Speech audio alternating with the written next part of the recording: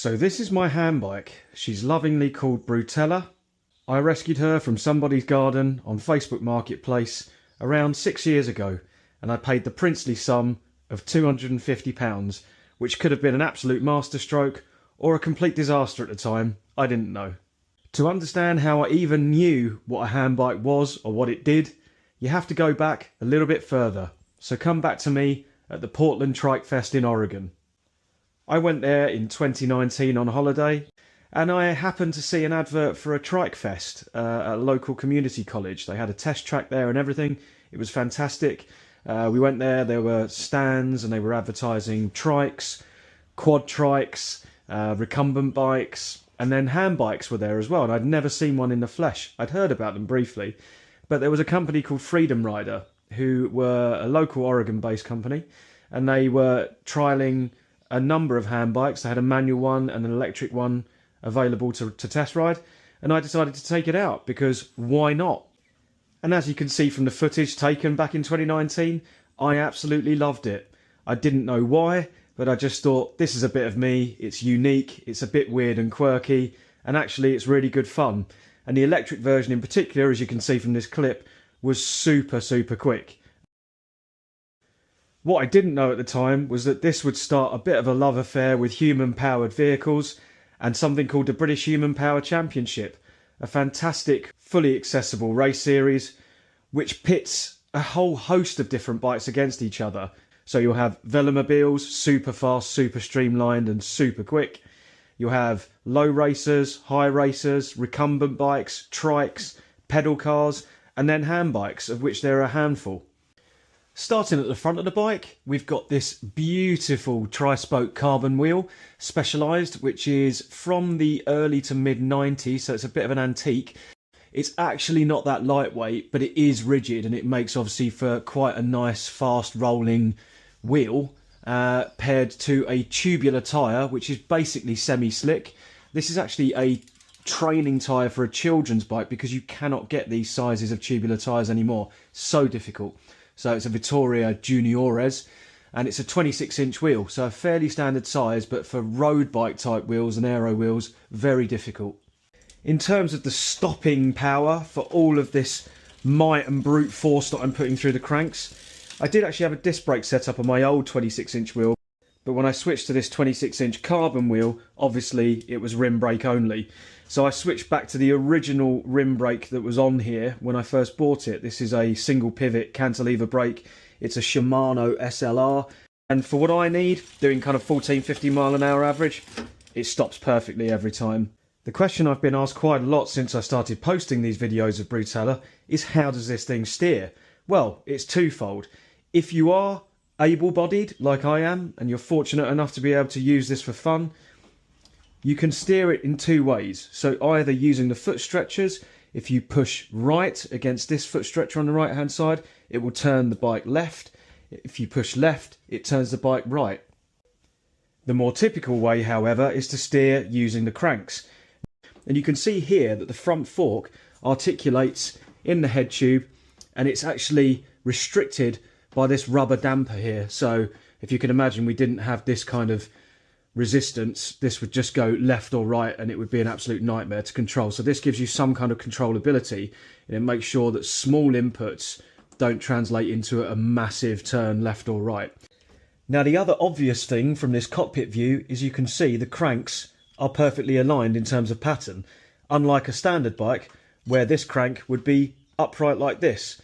The reason for that is because of the aforementioned control situation using the cranks.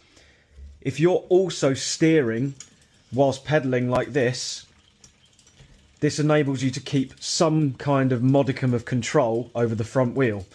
If your cranks are opposing, funnily enough, like you get on the indoor handbike training machines, that's good for the arm and shoulder exercises, but trying to control the front wheel whilst going left and right like this is counterproductive. Onto the cranks.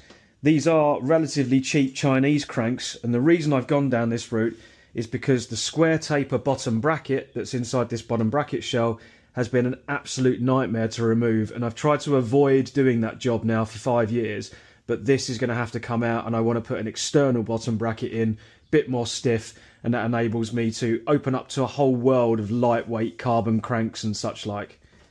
So I've got a 34 tooth chain ring here, which is oval.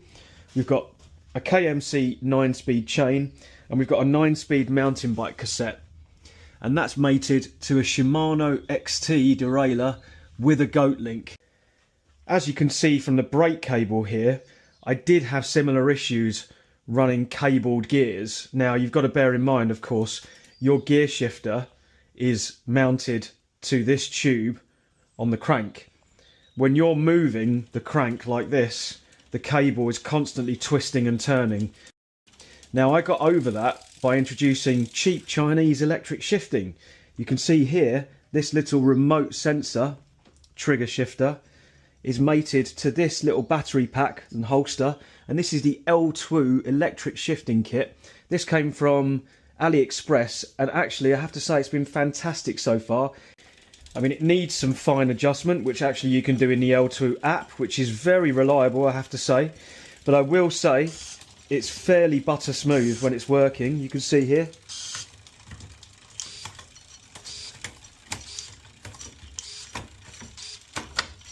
That's worked really nicely now for a couple of seasons.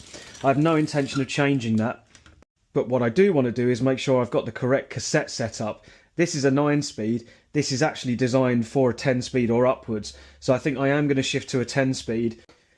Now fundamentally, the frame of this is something called a Quickie Shark. That's a leisure handbike model that's probably about 15 years old, possibly more. But it's a very robust aluminium frame, very big tubing sizes, as you can see. Very robust welds, it's not going to fall apart. The only problem with that is it makes it relatively heavy and not very flexible. So actually, it gives you quite a nice rigid ride on tarmac surfaces, which is where obviously all the racing happens. But it's not very streamlined, and it's not lightweight. And the other problem with this bike is the seating position. Now, originally, this adjustable bracket here had the seat up at almost 90 degrees, so it's like an armchair. Now that brings your arms closer to the cranks and everything just becomes a little bit more compressed, which is relatively comfortable if you're using this for leisure purposes, but for racing, where your cadence is probably going to be quite a lot higher, you want to be slightly further away from the cranks. And of course, basic physics would dictate as well, the lower down you are, the more streamlined the bike is going to be. Now, I've lowered this down, so it's about a 45-degree angle now. It can go lower, and another priority for next season, or this season coming up in April, is to get this seat even lower. But to do that, I'm right at the limit of how extended my arms are. That means I need to bring effectively the whole crankset forward. Now you can see from these little anodized sections here, there is the possibility with longer bolts, these are M5 bolts, with longer bolts and with an extension piece here, something that I can get fabricated quite easily, I can push that bottom bracket shell forward, and I'm probably going to do that by maybe about 5-6 centimeters. That will make a huge difference. At the rear, we've actually got the only piece of kit, well, I guess apart from the front wheel, that are relatively lightweight and aero. So those Zip 404 wheels are semi-aero wheels. They're super lightweight, and they're on quick release hubs. So they just pop out like this, nice and simple. You can see there the point of attachment. They do clip in very nicely, but there's a touch of movement there. There's an adjustment there on that bolt, but you can go 0.5 millimeter and then the quick release won't actually work properly. So it's something I need to work on. But when I take this off, it reveals the last interesting piece of the jigsaw on this. These bosses here, actually, once this bolt here is loosened, adjust, and it allows you to adjust the camber and caster, and the toe in and toe out automatically adjusts when you do that movement. So at the moment they're on a slight negative camber to give me a bit more balance on corners, which is perfect, and doing that also creates a bit of toe in going that way, so again a bit more grip around the corners. And the next part of this video is going to be commencing the strip down of the bike and cleaning everything, servicing bearings, etc., and getting it running smoothly again. Fundamentally that's what I need to do, but I do want to make her lighter and quicker. I appreciate I probably need to get myself lighter and quicker and stronger, but I'd like to do something with Brutella this season, make her a bit more special than last year.